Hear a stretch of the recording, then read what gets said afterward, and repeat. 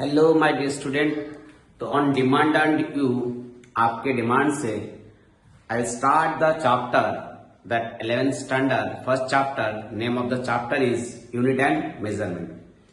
On demanding a student, just I provide the theoretical knowledge of the chapter and the question practice will be provided in WhatsApp group. Okay, so please note down my number. At the end of lectures I show my numbers and at that number you can message me, sir please give me the worksheet. I will provide that worksheet. Okay बेटा, तो just start. ये बड़े simple chapters है, unit and measurement, both in JEE section as well as NEET section, IIT and NEET and both the section, the important chapter that is unit and measurement, and the chapter is very easy and the scoring chapters. Okay student, so my dear student, we start the unit and measurement. Before start the unit and measurement, what is physics? Physics means, what is the physics? Physics means study of nature and natural phenomena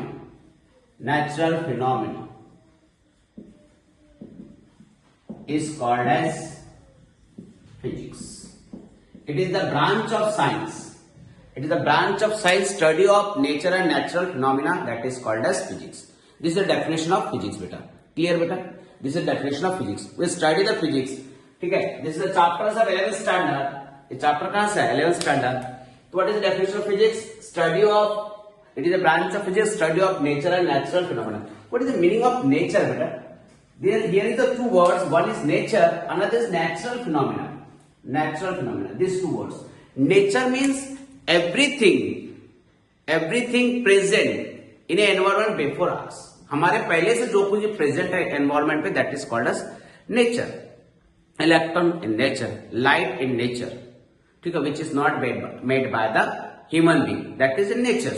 अच्छा, अब बोलोगे sir light तो हमने बनाया. बेटा light आपने नहीं बनाया, सुन लो, लाइट आपने नहीं बनाया, लाइट आपने नहीं बनाया. हाँ सर, हाँ फिलिप्स कंपनी लाइट बना. बेटा फिलिप्स कंपनी बोलो, बजाज कंपनी, जो भी बोलो, लाइट उनने नहीं बनाया, उनने एक डिवाइस बनाया. सुन लो मेरी बात, उनने एक डिवाइस बनाया जिससे लाइट प्रोड्यूस होता है. समझ में आ रही मैं क्या बोल रहा हूं? It is the device which produce the light. That light can not made by that company. Light is the natural phenomena. Clear? समझ में आ रहा है? तो इसलिए मैं बोल रहा हूं कि वो हर चीज जो नेचर में पहले से प्रेजेंट है, एनवायरमेंट में पहले से present, that is called as natural things. Electron हमने नहीं बनाया, प्रोटॉन हमने नहीं बनाया. ठीक है, तो all this things study in this. Natural phenomena means what?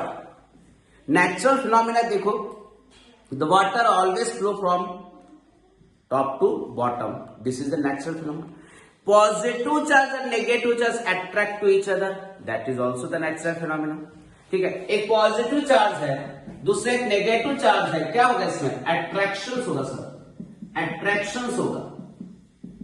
That process is called as natural phenomena. Sir north pole, बेटा देखते बेटा, north pole and south pole attract to each other, attract to each other, that is called as natural phenomena. And north pole, एक north pole another north pole, ये भी क्या होगा? Ripple होगा. तो that is the natural phenomena. Every massive body, वो एक मास है, दूसरे मास है, एक दूसरे को वीकली अट्रैक्ट करता है, that is also natural phenomena. All these things are the natural phenomena. ऐसे जितने भी जो होता है उसको हम क्या बोलते हैं? Natural phenomena. पानी ऊपर से नीचे की तरफ बहती है, ये भी नेचुरल फिनोमिना है. समझ में आ रहा है?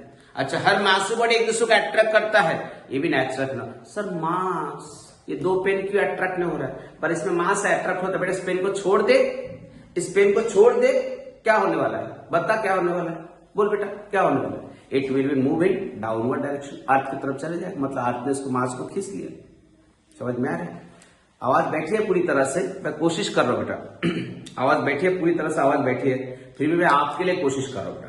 ठीक है, और थोड़ा सा डिटेल्स नहीं जा पाऊंगा. रीजन ये है क्योंकि वीडियो का लिमिट कम रखना पड़ेगा, तभी तो आप देखोगे, है ना, इसलिए तो कोशिश करो. तो दिस इज द फिजिक्स का डेफिनेशन. लिखते ना, वीडियो को पॉज करते हो, लिखते जाओ बेटा.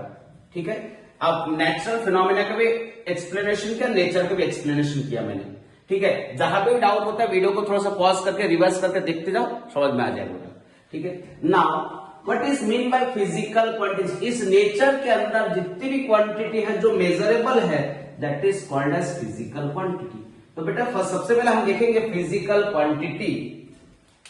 तो what is mean by physical quantities? What is mean by physical quantities? तो विच कैन मेजरेबल, जो हम गिन सकते हैं, विच कैन मेजरेबल, जो हम गिन सकते हैं, which are measurable, that is called as physical quantity. All this quantity which can measurable, all this quantity which can measurable, that is called as physical quantity. मैं इसमें sir mass, length, time example देंगे बेटा। मास, length, time, temperature, ठीक है, volume, सब कुछ हम गिन सकते हैं। वेलोसिटी, एक्सेलरेशन, फोर्स, ये सब कुछ जितना भी तुम्हें आता है हर चीज फिजिकल क्वांटिटी है जो हम गिन सकते हैं। हाइट, समझ में आ रहा है? अच्छा, ये सब हर चीज को जो हम गिन सकते हैं उसको हम क्या बोलेंगे? फिजिकल क्वांटिटी बेटा। ओके सर, फिजिकल क्या नहीं है, फिजिकल क्वांटिटी क्या नहीं है? सर ऐसा क्या है जो गिन नहीं सकते? बेटा फीलिंग्स गिन के बता, फीलिंग्स गिन के बता। तू कितना खुश है बता, तू कितना इश्क करता है, मोहब्बत करता है, बता गिन के, है ना? समझ में? Feelings can not measurable, that is are not a physical quantity. Happiness, sadness, this is not a physical quantity. ये फिजिकल क्वांटिटी नहीं है, समझ में आ रहा है? ये फिजिकल क्वांटिटी नहीं है। Feelings are not a physical quantity. Feelings are not a physical quantity. ये कोई फिजिकल क्वांटिटी नहीं है, because we can not measure. क्या बोल रहा हूं? ये हम गिन नहीं सकते। ठीक है, ये हम गिन नहीं सकते। जिसको हम गिन नहीं सकते उसको हम फिजिकल क्वांटिटी नहीं बोल सकते। अब बच्चा बोलेगा सर स्टार गिना, हाँ सर बाल गिनो, अरे मेरा तो कम है, गिन सकते बोलना। किसी सबका गिन सकते हो, तू गिनते बैठ, दिन भर गिनते बैठ। तेरा बाल घना है तो तू गिनते बैठ, दिन भर गिन, ठीक है, पर गिन पाएगा। 2 साल लगेगा, 10 साल लगेगा, पर गिन लेगा।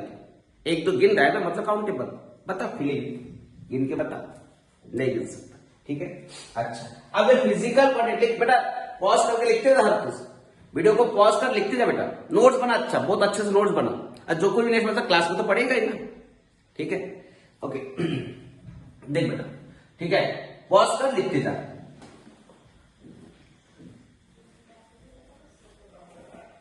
अब देख बेटा, फिजिकल क्वांटिटी को हम फिर से क्या कर सकते, देख फिजिकल क्वांटिटी को हम क्या कर सकते, 2 पार्ट में डिवाइड किया गया। ठीक है, 2 पार्ट में डिवाइड किया। एक होता है डायरेक्शन से, ये फिजिकल क्वांटिटी है। एक होता है डायरेक्शन से डिवाइड किया था, मैंने क्लास में बताया था ये डायरेक्शन से। दूसरा डिपेंडेंट से, डिपेंडेंट। डायरेक्शन से क्या होता है, डायरेक्शन से 2 टाइप से डिवाइड किया गया इसको। एक बोलते हैं स्केलर और दूसरे बोलते बेटा वेक्टर। एक स्केलर और दूसरा वेक्टर। से डायरेक्शन से पता चला इसको डायरेक्शन है, इसको डायरेक्शन नहीं है। तो जिसमें डायरेक्शन नहीं है उसको हम बोलते हैं स्केलर, जिसमें डायरेक्शन है उसको हम बोलते हैं वेक्टर। और फिर यहां पे होता है 2, जो डिपेंड होता है, 2 डिपेंड नहीं होता है। जो डिपेंड नहीं होता है इंडिपेंडेंट होता है, इंडिपेंडेंट, उसको बोलते हैं फंडामेंटल। फंडामेंटल जो इंडिपेंडेंट होता है। और जो डिपेंड होता है, डिपेंड्स ऑन अदर्स, दूसरे को डिपेंड होता है, उसको बोलते हैं डिराइव। तो 2 टाइप का फिजिकल क्वांटिटी है, एक होता है फंडामेंटल, दूसरा होता है डिराइव। जो इंडिपेंडेंट होता है उसको बोलेंगे। ये जो फिजिकल क्वांटिटी आता है इसमें 7 आता है, 7 फिजिकल क्वांटिटी आता है बेटा। इसमें 7 को छोड़ ऑल एक्सेप्ट दैट 7, उस 7 को छोड़ के बाकी सभी इसमें। ठीक है, अब ये जो होता है ये किसी को डिपेंड नहीं होता, जो खुद राजा है, खुद राजा, इसका कोई फॉर्म ये कोई ये नहीं होता, इसकी किसी को डिपेंड नहीं होता, खुद ही बनाया, किसी ने बनाया नहीं इसको, इनको बनाया गया है। समझ में? डिपेंड मतलब देखो कौन सा होता है, वो 7 होता है। एक होता है सबसे पहले होता है मास, उसके बाद होता है लेंथ, लिखते जाओ साथ में, मास, लेंथ, टाइम, टेम्परेचर, साथ में लिख रहा हूं, मैं लिख भी बोल भी रहा हूं, करंट, कौन से करंट? Electric current. करंट का डेफिनेशन मैंने बताया था, इलेक्ट्रिक करंट। इलेक्ट्रिक करंट लिख देता हूं, नहीं तो गलत बोलोगे, करंट का डेफिनेशन अलग होता है। करंट का डेफिनेशन तो 10 पे पढ़े वो वाले यूज मत करना। इलेक्ट्रिक करंट, ठीक है। उसके बाद ये होता है, और होता है ये 6 नंबर में, ठीक है, इंटेंसिटी, और ये होता है 7 number, amount of substance. Amount of substance, ये 7 होता है फिजिकल फंडामेंटल क्वांटिटी, ठीक है। और 2 सप्लीमेंट्री होता है, हम नेक्स्ट स्लाइड पे जाएंगे। 2 सप्लीमेंट्री, इसमें तो पता है इसमें क्या होता है, स्केलर मतलब क्या होता है? Only have magnitude, only have magnitude, जिसके पास सिर्फ क्या होता है, मैग्नीट्यूड होता है। इसके पास मैग्नीट्यूड, मैग्नीट्यूड प्लस क्या होता है, डायरेक्शन। उसको हम क्या बोलते हैं, क्या बोलते हैं, वेक्टर क्वांटिटी, ठीक है बेटा। तो इसको नोट डाउन करो, वीडियो को पॉज करो, नोट डाउन करो। हमने बोला फिजिकल क्वांटिटी 2 टाइप का होता है, एक होता है डायरेक्शन वाला फिजिकल क्वांटिटी, दूसरा होता है डिपेंडेंट फिजिकल क्वांटिटी। डायरेक्शन वाला होता है स्केलर और दूसरा होता है वेक्टर। स्केलर मतलब जिसके पास सिर्फ और सिर्फ क्या रहेगा, मैग्नीट्यूड। और डिपेंडेंस में होता है कि इंडिपेंडेंट और डिपेंडेंट। डिपेंडेंट मतलब जो इंडिपेंडेंट होता है उस फिजिकल क्वांटिटी को हम बोलते हैं फंडामेंटल फिजिकल क्वांटिटी। जो इंडिपेंडेंट होता है बेटा, जो इंडिपेंडेंट होता है, किसी को डिपेंड नहीं रहता, उसको हम बोलते हैं फंडामेंटल फिजिकल क्वांटिटी। जो डिपेंड होता है उसको बोलते हैं डिराइव फिजिकल क्वांटिटी। इस 7 फंडामेंटल फिजिकल क्वांटिटी, इसको छोड़ के बाकी पूरी की पूरी क्वांटिटी को हम बोलेंगे डिराइव क्वांटिटी, ठीक है बेटा। साथ में लिखो, पॉज करो, लिखो, ओके ओके बेटा। अब मैं इसको थोड़ा सा डेप्थ ले जाता हूं, फंडामेंटल क्वांटिटी को थोड़ा सा डेप्थ ले जाता हूं, फंडामेंटल क्वांटिटी को थोड़ा सा डेप्थ ले जाता हूं। देखो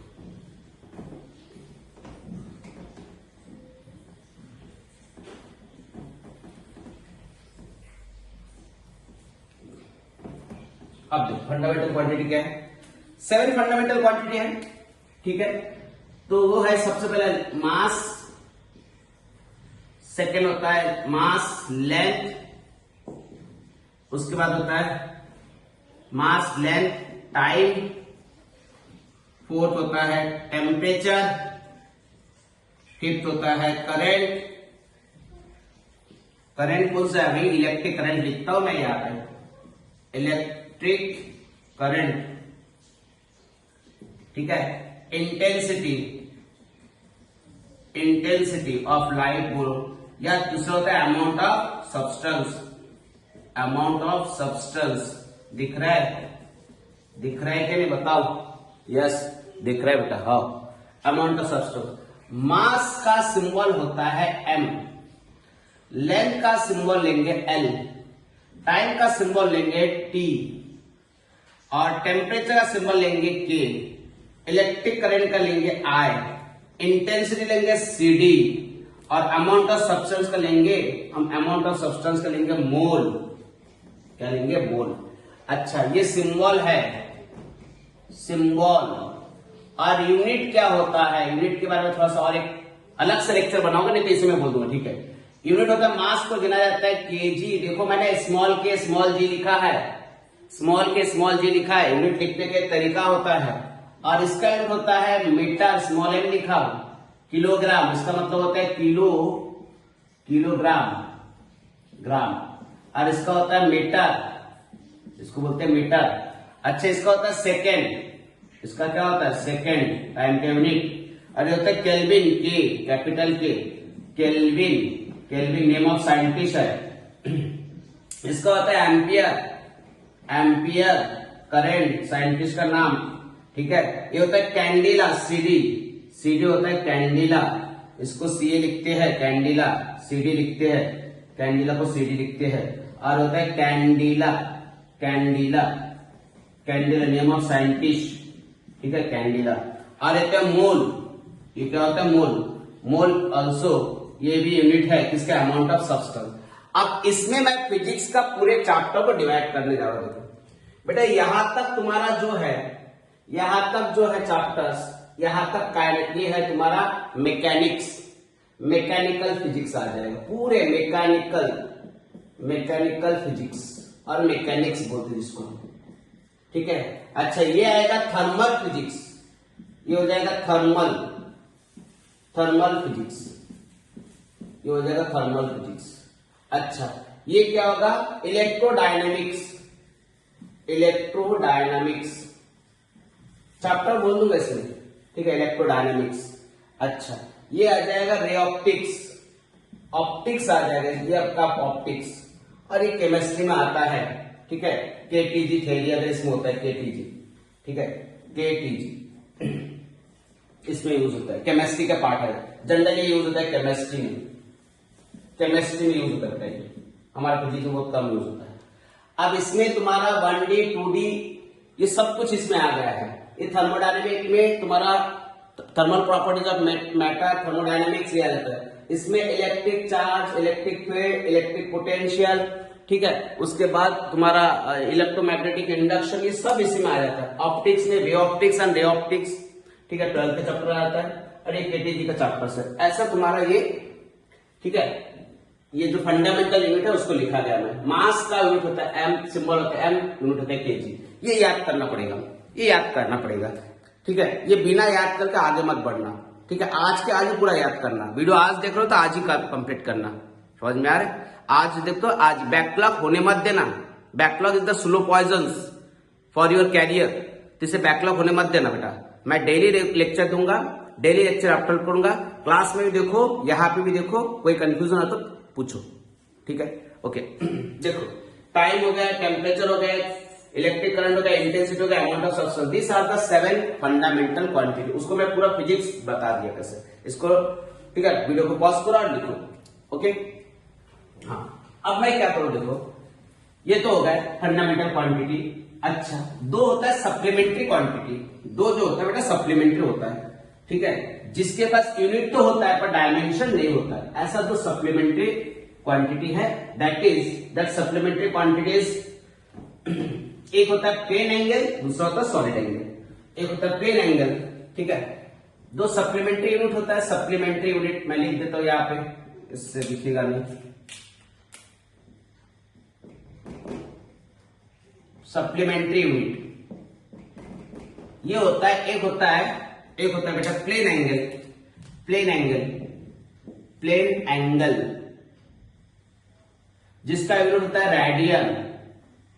रेडियन, और क्या लिखते हैं, डिग्री लिखते हैं, डिग्री भी लिखते हैं। कन्वर्शन तुम्हें पता है, तो ये ऐसा यूनिट होता है, ऐसा यूनिट रेडियन होता है इसका, ठीक है। अब इसका कैसे होता है, प्लेन एंगल का तुम्हें पता है, थीटा कैसे निकालते हैं, theta equal to arc length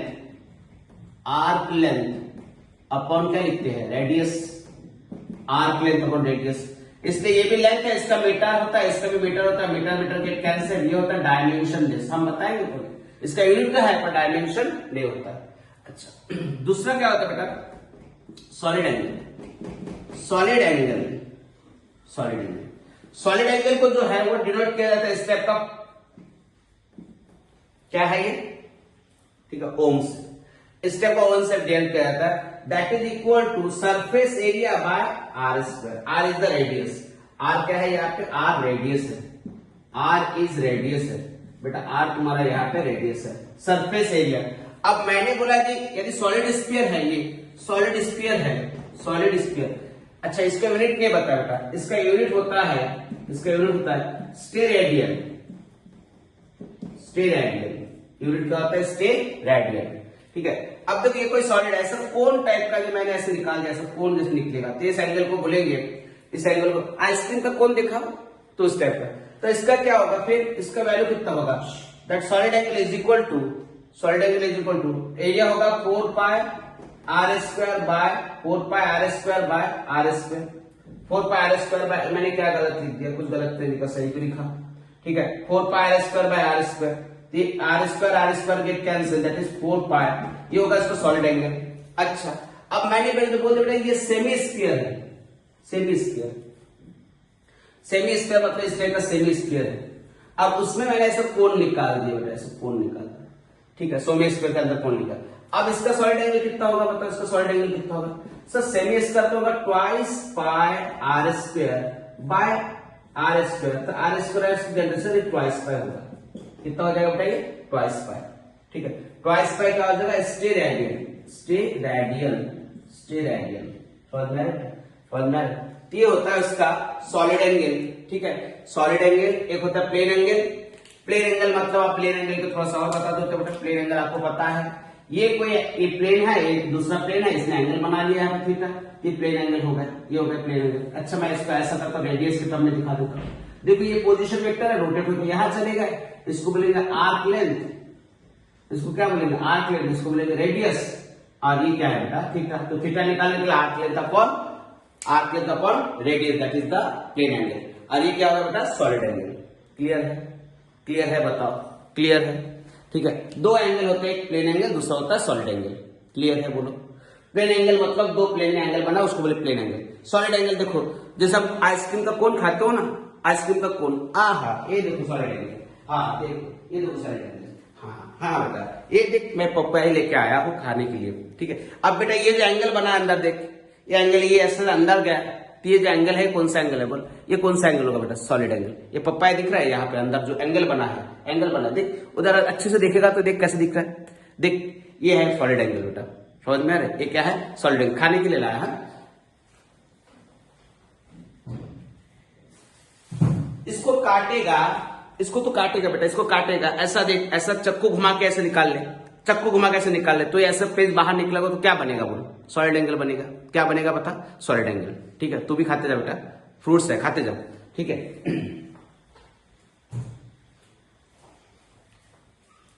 okay ठीक। बेटा बोल रहा सर पपाई खाने की इच्छा हो रहा है, पढ़ने की इच्छा, पपाई खा रहे, लिख लिया? लिखा? ओके आगे देख, आगे देख, बिल्कुल आधा घंटे के ऊपर 1 मिनट भी होने नहीं दूंगा मैं, आधा घंटे के ऊपर 1 मिनट भी होने नहीं दूंगा।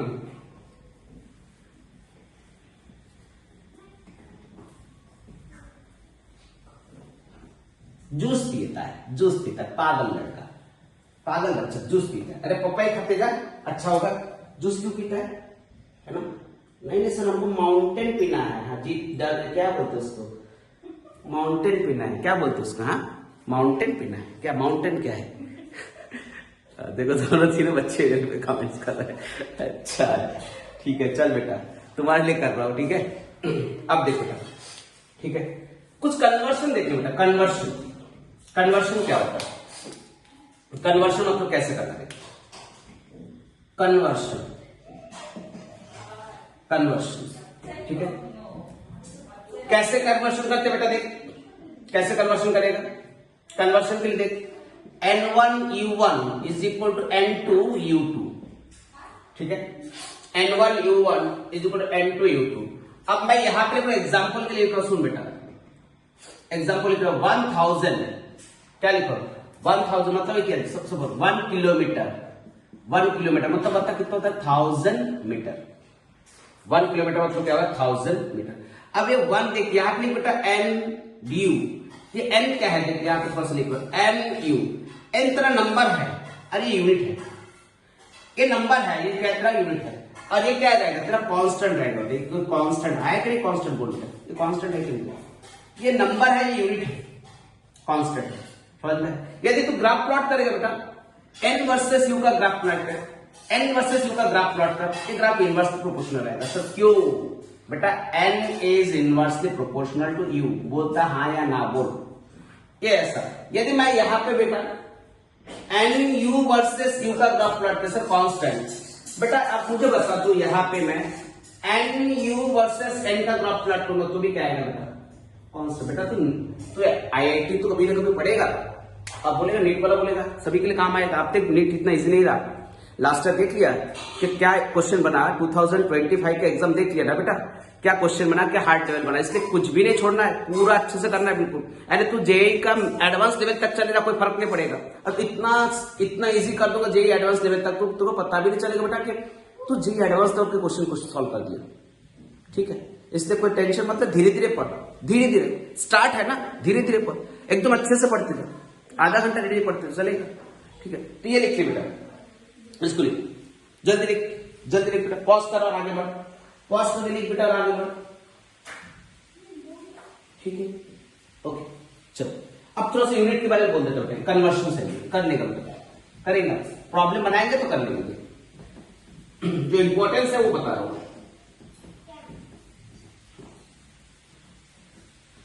अब मैं बोल रहा हूं बेटा यूनिट जितने भी है ना, देख एक यूनिट लिखने के मैं बता रहा हूं। जैसे मैंने यहां पे लिखा था मास, बेटा मास का यूनिट क्या लिखा था बोल, मास का यूनिट केजी, कोई साइंटिस्ट का नाम है, तो जितने भी साइंटिस्ट का नाम है उसको स्मॉल लेटर में लिखेगा।